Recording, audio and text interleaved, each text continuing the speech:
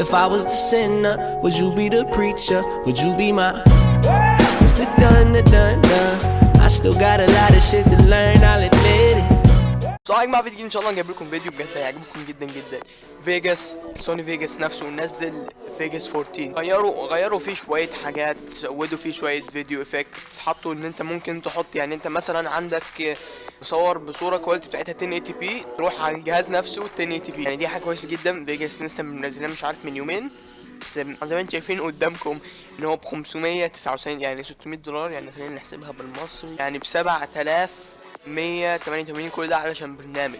طبعا زي ما انتم شايفين قدامكم في عندك هنا 30 داي فري ترايل. ماشي، لو انتوا عايزين تعرفوا ازاي تجيبوه النسخه الكامله، ماشي انا عارف ازاي اجيب النسخه الكامله. لو عايزين تعرفوا ازاي تجيب النسخه الكامله وصلوا الفيديو ده 20 لايك هعمل ازاي تجيب النسخه الكامله بتاعت فيجاس برو 14 مش 13 يا جماعه، 14.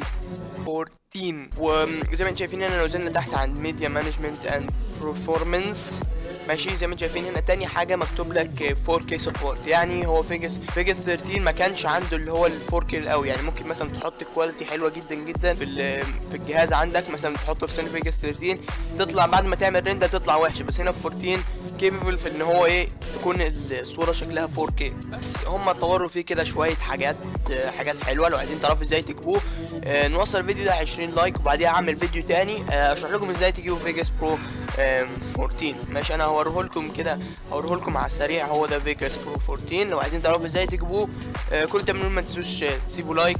بس انا بقى عجبكم الفيديو ماشي، دي كانت مواصفات عن سوني فيجاس. بيس.